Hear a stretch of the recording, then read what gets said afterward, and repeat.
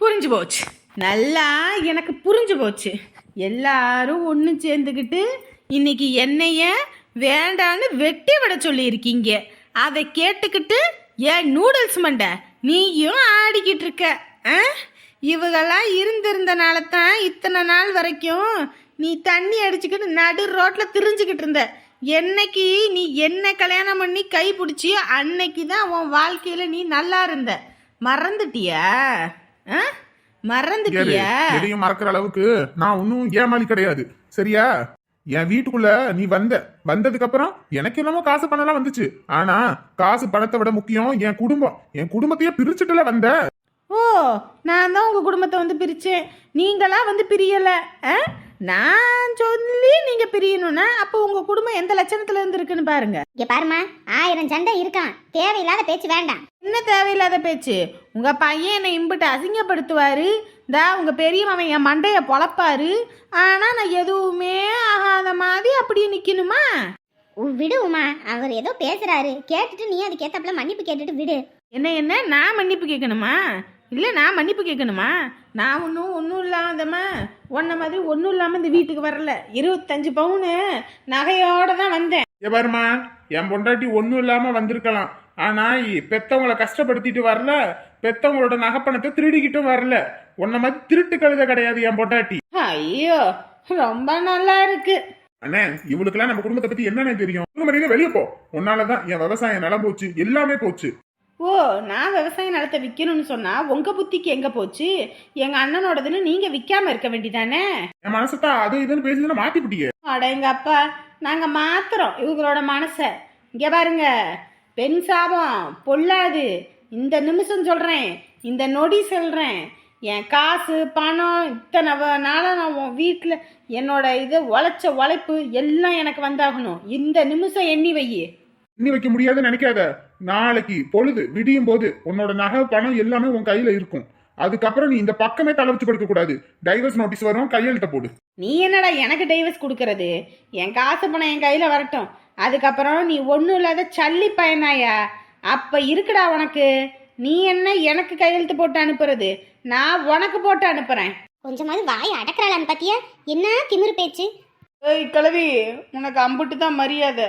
இதுக்கும் மேல நீ ஒரு வார்த்தை பேசுனன்னு வையே, என் மண்டை இங்க பொழந்துச்சு, உனக்கு மண்டை அங்க பொழந்துரும். ஏய், அம்புட்டு தான் உனக்கு.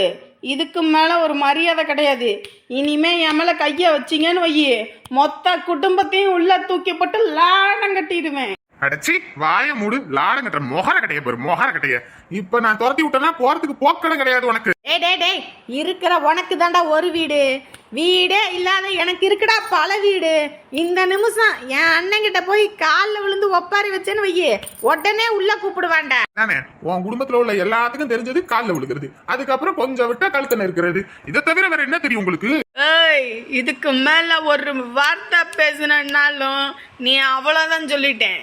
எரும மாட்டை நசுக்கிற மாதிரி நசுக்கி போட்டு போயிட்டே இருப்பேன். நீ ஏன் ஒரு எரும மாடு? நீ எரும மாடு நசுக்கிற மாதிரி என்ன நசுக்கிறியா? முஞ்சா பாரு, பாங்கிட்டு. டேய், நீ போடா, நீ போ. நான் எதுக்குடா போகணும்? இது என் வீடு. ஏய், இந்த பார்டரை தாண்டினா தாண்டா உன் வீடு. இந்த பார்டருக்கு இந்த பக்கம் பொது இடம். இங்க யாரு வேணாலும் போகலாம், யாரு வேணாலும் வரலாம். இத்தனை நாள் வரைக்கும் நான் எப்படிப்பட்டவன்னு தெரியாம இருந்துட்டேன். ஆனா இதுக்கப்புறம் இந்த நிமிஷத்துல இருந்து உன் டைரியில குறிச்சு வச்சுக்க.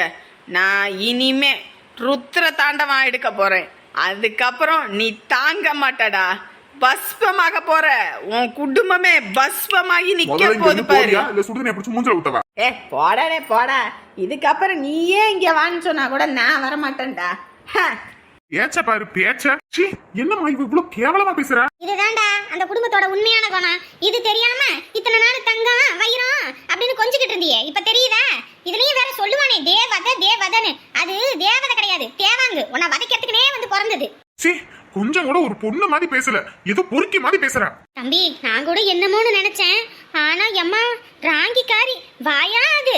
சரி, எப்ப இவன் நம்ம வீட்டுல வந்து காலடி எடுத்து வச்சோயோ அன்னையில இருந்து நமக்கு சந்தி சிரிக்குது. மேற்கொண்டு இங்க நின்று ஊரே சிரிக்க அடிக்க வேணாம். உள்ள வாங்க, அது எங்கிட்ட போய் தொலையட்டும். இந்த பீடை நம்மளை விட்டு நீங்கன்னா போதும்.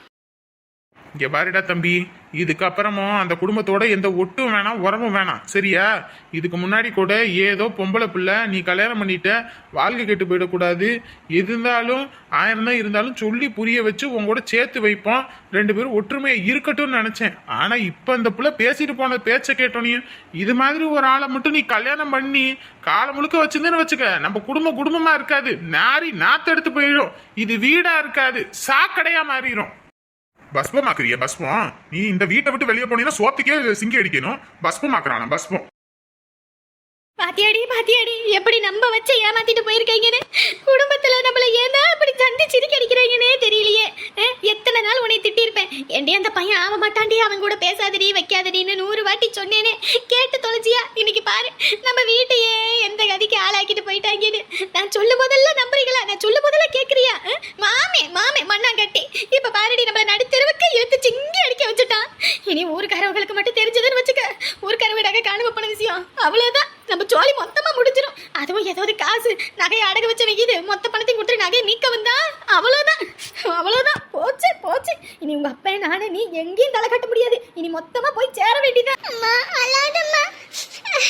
மாமா எங்கிட்ட போக மாட்டாருமா. ரெடி மாமா மண்ணன் கட்டின்னு உன் மண்ண மண்டைக்கு ஏறி தொலைதா இல்லையா? மண்டை மட்டும் இவ்வளவு பெருசு இருக்குது, ஆனா அறிவு கொஞ்சோண்டு கூட இல்ல. என்னடி இப்படி இருக்கிற? ஐயோ, இந்த மங்குனியை வச்சுக்கிட்டு நான் என்ன பாடுபடுவேன்னு தெரியலையே. மொத்த குடும்பத்துக்கு பட்ட நமக்கு சாத்திட்டு போயிருக்கான்றேன், இப்போ கூட புரியாம மாமே மண்ணான் கட்டின்ற. ஐயோ, வீட்டை விட்டு போன மனுஷனை இன்ன வரைக்கும் ஆளை காணாமே. இந்த ஆளை நம்பவும் முடியாது. ஏதோ கொஞ்சம் பிசிறு தட்டுறமே இருந்துச்சுனாலும் மொத்தமா கழட்டி விட்டுட்டு போயிடுவான், என் தலையோட எல்லாத்தையும் விடிய வச்சுட்டு. ஐயோ, போன மனுஷன் வருவானா, இல்ல காத்தோட காத்தா கலந்துட்டானா, இல்ல மொத்த கூட்டத்துக்கு நான் தான் தலைவினி என் தலையில இது எல்லாத்தையும் இறக்கி விட்டு போயிட்டானான்னு தெரியலையே. இருக்கிறது இந்த ஒத்த வீடு, அந்த ஒத்த வீட்டை மட்டும் விட்டு போயிட்டாங்க. இல்லைன்னா இது தூக்குற மாதிரி இருந்துச்சு, மொத்தமா வலிச்சு நக்கி எடுத்துட்டு போயிருப்பாங்க. அப்பா வராருமா. ஐயோ, இப்பதான்பா போன உசிறு திரும்ப வந்துச்சு. அவராசா வந்துட்டீங்களா? வாங்க. இன்ன வரைக்கும் நீங்க இங்க இல்லன்னு எனக்கு உயிரே இல்லையா? இல்ல நகை பணம் அடகு வச்சவங்க இது நம்மள தேடிக்கிட்டு வந்து மொத்தம் மொத்திடுவான். இவன் இது எஸ்கேப் ஆயிட்டான்னு நினைச்சியா? ஐயோ, ஏங்க என் தாலி மேல சத்தியமா சொல்றீங்க, அப்படியெல்லாம் நான் நினைக்கலங்க. அடியே ஓடி, நீ எல்லாம் அப்படி நினைக்கக்கூடிய ஆளுதான். ஏன்னா ஏதாவது ஒரு பிரச்சனை நானே உன்னை கழட்டி விட்டுருவேன், நீ என்ன கழட்டி விடாமையா இருப்ப? போனீங்களே, என்ன ஆச்சு? இருக்காங்களா என்ன? அந்த பையனாவது அந்த வீட்டுல இருக்கானா? அவன் என்ன மட்டும் பார்த்தீங்கன்னா சட்டை பிடிச்சி இழுத்து 4 அப்போ விட்டு எங்கடா உங்க அப்பா நான் கேட்டு நல்ல புடனி மேல நல்லா போட்டிருக்க வேண்டியதானே? அட போடி, நீ வேற. அங்க போய் ஒரு செவிட்டு கலவைக்கிட்ட மாட்டிக்கிட்டேன்டி. அவ இழுன்னு இழுத்து பேசுறதுக்குள்ள எனக்கு உயிர் வந்துருச்சு. என்னங்க சொல்றீங்க? என்ன தெரியும் சொல்றது, இந்த பையன் நமக்கு நல்ல நாமத்தை போட்டுட்டாண்டி. ஐயோ, அவனும் இவங்களோட சேர்ந்து கூட்டுக்கால் வழிதான் போலடி. மொத்தமா எல்லாத்தையும் வலிச்சு நக்கிட்டு போனது மட்டும் இல்லாம வீட்லயும் ஒரு பொருளை வைக்கல, அங்கேயும் வண்டி எடுத்துட்டு போய் மொத்தமா அள்ளி கட்டிக்கிட்டு தாண்டி போயிருக்காங்க ராத்திரியா. இது தெரியாம நம்மளும் பைத்தியக்காரமா தூங்கிட்டு இருந்திருக்கிறோம் பாரு. நினைச்சேன் அவ சாம கோடங்கி கணக்கா இங்கிட்டும் அங்கிட்டும் உலாவும் போதே நினைச்சேன். நீ ஆனா வாயை திறந்து சொல்லிடாத, அதான் மொத்தமா போச்சே. இனி போறதுக்கு என்ன இருக்குது? வெள்ளம் கரை புரண்டு போனதுக்கு அப்புறம் சொல்ற சாம கொடங்கி மாதிரி உலாவனா. எனக்கு என்ன தெரியும், அவன் என்ன இப்படி எடுத்துட்டு போவானு தெரியும். அப்ப மாமாவும் போயிட்டாரா? அப்ப எல்லாரும் என்னை ஏமாத்திருக்காங்களா? இது தெரியாம நான் ஒரு நேரம் உண்மையால விரும்பிக்கிட்டு இருந்தேன். அப்ப இத்தனை நாள் அவர் என்கிட்ட நடிச்சாரா? அப்படி இருக்காது. அவருக்கு நான் உடனே போன் பண்றேன். அவரோட இன்னொரு நம்பருக்கு போன் பண்ணி பார்ப்போம். பண்ணி பார்த்தா அதுல தெரிஞ்சிடும்.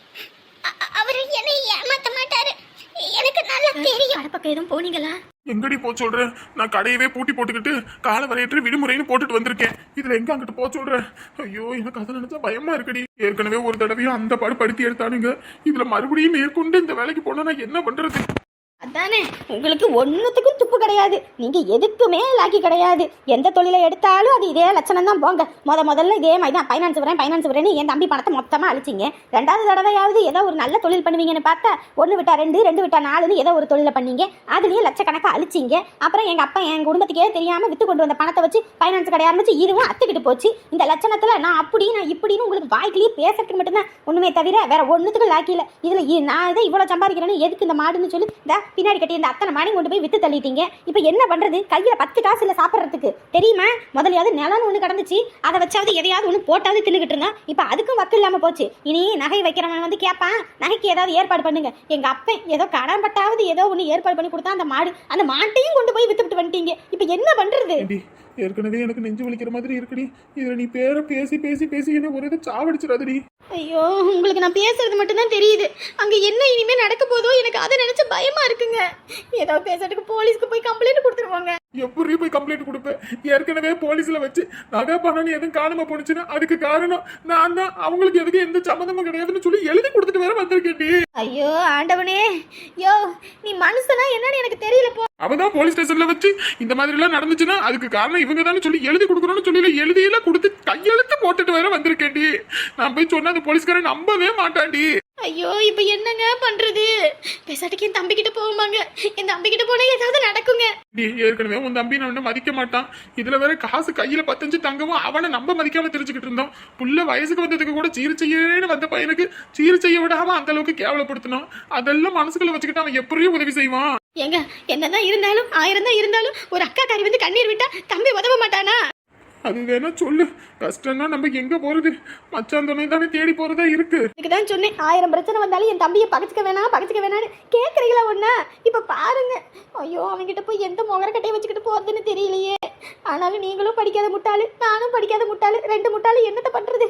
தம்பி தான் படிச்சவன், அவனுக்கு தான் எல்லாமே வழக்கமும் தெரியும். அவன்கிட்ட போவோம். அவன் என்னப்பா மதுரையில தானே இருக்கான்? ஐயோ அவன் எங்க இருக்கான்னு வேற தெரியலையேங்க. ஐயோ எங்க அப்பா கிட்ட கேட்டா தெரியும். ஆனா எங்க அப்பாவும் வேற அன்னைக்கு வீடு பூந்தல்ல கழுவி ஊத்திட்டு வந்தேன். அந்த மனுஷன் வேற என்னை இந்த மாதிரி ஒரு கோலத்துல பார்த்தாருன்னா என்னைய கன்றாவியா கழுவி ஊத்துவாரு. அவர் வேற இந்த நேரத்துல உமா வீட்டுல எல்லாம் போய் உட்காந்துருக்காரு. அவளுக்கு இது தெரிஞ்சுன்னா அவன் புருஷனும் அவனும் இதுதான் சாக்குன்னு சொல்லி நம்மளுக்கு கழுவி ஊத்துவாங்களேங்க. இங்க பாருடி, சாட்சிக்காரன் காலில் விழுறதை விட சண்டைக்காரன் காலில் விழுறது தான் இப்போதைக்கு நமக்கு ரொம்ப நல்லதுடி. போய் அவன் காலில் கையிலையாவது விழுந்து ஏதாவது ஏற்பாடு பண்ணுடி. எனக்கே பயமா இருக்குடி. நாளைக்கு இது வெளியே வந்தேன்னு வையி, என்கிட்டாவது எந்த கடைக்காரனாவது பார்த்தா என் சோழி இன்னைக்கே மொத்தமா முடிஞ்சிடும். அதனால நான் வீட்டுக்குள்ள பூட்டிக்கிட்டு உள்ளே இருந்துக்கிறேன். எனக்கு சாப்பாடு தண்ணி மட்டும் ஜன்னல் வெளியில வை. சரியா? கேட்டா நான் இங்க இல்லைன்னு சொல்லிடு. நீங்களும் இங்கிட்ட இருந்து பக்கம் வந்துடாதீங்க. ஏதோ நைட்டு நேரத்துல மட்டும் வந்து அதை எதுன்னு வச்சுட்டு எங்க போறது? ஐயோ இவ வேற எங்க போறது என்ன பண்றதுன்னு தெரியலையே. காசு இருக்குன்றதுக்காக கண்ணா பின்னால ஆட்டம் போட்டு எல்லாத்தையும் பகைச்சுக்கிட்டேன். ஒரு சொந்த மந்தத்தோடயும் ஒட்டு இல்ல உறவில்லாம ஆகி போச்சு. இப்ப என்ன பண்ண சரிடி, இந்த நகை கடைக்காரன் இருக்கான் தெரியுமா? அவன் வீட்டுக்கு போனீங்கன்னா அவன் கண்டிப்பா உதவுவான். சரியா? அங்க போங்க 2 பேரும். நான் எதா இருந்தாலும் பாத்துக்கிறேன். ஏங்க பயமா இருக்குங்க. எங்க 2 பேத்தையும் கூட்டிட்டு வந்து விட்டுட்டாவது போங்க. ஏண்டி என் உயிர் எடுக்கிறேன்? ஏற்கனவே நான் பயந்துகிட்டு என்ன பண்றது ஏது பண்றதுன்னு தெரியாம முடிச்சுக்கிட்டு இருக்கேன். இதை உடைய கூட்டிட்டு வந்து விட்டு நான் மாட்டுறதுக்கா? போய் தொலைங்க. ஐயோ வயசுக்குள்ளேயே வச்சுக்கிட்டு ஏதோ அடுத்த வீட்டுல போய் இருக்க சொல்றாரு. நான் அவனுக்கு போன் போட்டு சொல்றேன், போடி. இங்க இருக்கிற வரைக்கும் நம்ம உயிருக்கு ஆபத்து. அவ்வளவுதான் சொல்லிட்டேன். நகை விற்கிற விலைக்கு நம்ம தொலைச்சிருக்கோண்டி. 1 பவுன் 2 பவுன் இல்ல. அதை முதல்ல புரிஞ்சுக்கோ. சரிங்க. ஏய் வாடி போவோம். ஐயோ என்ன நடக்க போகுதுன்னே தெரியலையே.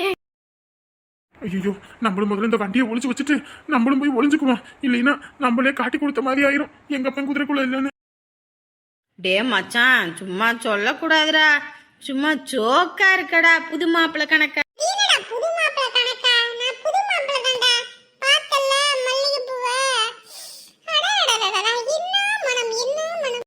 ஓகே மச்சி, கலக்கு. உன் காட்டுல மழை தான் போ. மக்கள்லாம் நம்ம வாழ்க்கையில கல்யாணம்னு ஒன்று நடக்குமான்னு சொல்லி எத்தனை நாள் அந்த குட்டி சவுத்து மேல உட்காந்துக்கிட்டு பேசிக்கிட்டு புலம்பிக்கிட்டு இருந்திருக்கோம். ஆனா உன் வாழ்க்கையை பாரு, இன்னைக்கு உனக்கும் கல்யாணம் ஆயிருக்கு. கொடுத்து வச்சவன் தான் நீ. எங்கிட்டோ உனக்கு மச்சம் இருக்குடா.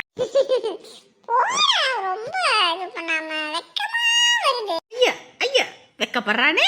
ஐயோ எம்மா, என்னடா இப்படி வெக்கப்படுற? கல்யாணம் ஆனோனையும் முடிய வெட்டிட்டான்டா. எப்படா இப்படியெல்லாம் மாறுறீங்க? நமக்கு தாண்டா ஒன்றும் மாற்றமே இல்லாம போய்கிட்டு இருக்கு. நான் என்ன போறதுக்காக வந்திருக்கேன்.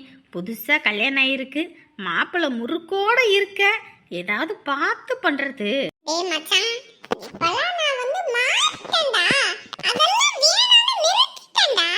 டேய் என்னடா கல்யாணம்னு ஆனோனே பொசுக்குன்னு எல்லாரும் மாறுறீங்க. இப்படியெல்லாம் மாறுனா கடை வச்சிருக்கவன் நிலைமையில என்னடா ஆகுறது?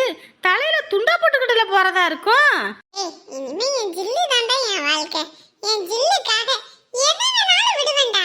ஆனா யாருக்காகவும் எதுக்காகவும் என் ஜில்ல மட்டும் விட மாட்டேன்டா. ஐயோ வச்சுக்கோடா, ஆனா எனக்கு வேணும்டா. என்ன மாப்பிள, உனக்கு கல்யாணம் இருக்குடா, ஏதாவது ட்ரீட்டு கீட்டுன்னு ஏதாவது வை. நீ வர வேணாம், காசை மட்டும் கொடு, நாங்க போய் சும்மா மஜா பண்ணிட்டு வரோம் உன் பேரை சொல்லி. அதானே மச்சான். இரு ஒரு நிமிஷம் உன் தங்கச்சியை கூப்பிடுறேன். ஏன்டா உன்கிட்ட காசு இல்லையா? இல்லடா மச்சான், நம்மலாம் ஓட்ட கையி. காசு கண்ணா பின்னாடி செலவு பண்ணுவோமா? எந்த கல்சட பயலுக்கா இருந்தாலும். அதனாலதான் நானும் இப்ப காசே வச்சுக்கிறது இல்ல. எப்ப என் ஜில்லி என் வாழ்க்கையில வந்தாலும் அப்பயே சம்பாதிக்கிற மொத்த பணத்தையும் அவ கையில கொடுத்துறது. அவளா பார்த்து போனா போதுன்னு பாவமா இருக்குதுன்னு மூஞ்ச பார்த்து ஏதோ 10 5 நமக்கு கொடுப்பா. அதை வச்சு வாழ்க்கையை ஓட்டிக்கலான்னு தான்டா. ரொம்ப வலிகிறானே. அப்படி அந்த ஜில்லு யாருன்னு தான் பார்ப்போமே. ஜில்லி ஜில்லி ஜில்லி இங்க பாருமா, உன் அண்ணன் வந்திருக்கேன். அண்ணனா? ஏங்க அவனை உள்ள விட்டுறாதீங்க. விளக்கமாத்த எடுத்துட்டு வந்துடுறேன். 4 விளாசி எடுத்துறேன். அவனை அங்கட்டே புடிச்சு வைங்க. எங்கங்க என் அண்ணன் வந்திருக்கான்? நீங்க எங்க அவன்? என் பெரியப்பா பையன் எங்க அவன்? எம்மா ஜில்லி, அது உன் அண்ணன்றது அவன் கிடையாதுமா. இங்க நிக்கிறான் பத்தியா தூணு கணக்கா? இவன் சொன்னேன், இவன் எனக்கு அண்ணனா? இவன் மூஞ்சு முகர கட்டையும் இவன் எனக்கு அண்ணனா? 10 நாள் ஆனாலும் குளிக்காத பாண்ட மாதிரி இருக்கான். இவன் எனக்கு அண்ணனா? என்ன மச்சான், இப்பயே இந்த கிளி கிளிக்குது, இன்னும் காலம் முழுக்க உன் நிலமை. டேய் மச்சான், நீ எதை பத்தி யோசிக்காதடா. ஜில்லுக்கு உன்னை பத்தி தெரியாதுல்ல, அதான். ஜில்லு, இது நம்ம தோஸ்த் தான்பா. நமக்கு புதுசா கல்யாணம் இருக்கு, ஆனா ட்ரீட் வைக்கலாம்னு சொல்லி ஏற்பாடு பண்ணலாம்னு பார்த்தேன். ட்ரீட் வைக்கிறீங்களா? என்ன ட்ரீட்? புதுசா கல்யாணம்னா எல்லாருமே ஆசைப்படுவாங்கல்ல, அதுதான். பங்காளி அதை நினைச்சு தான் ஆசைப்படுறேன்.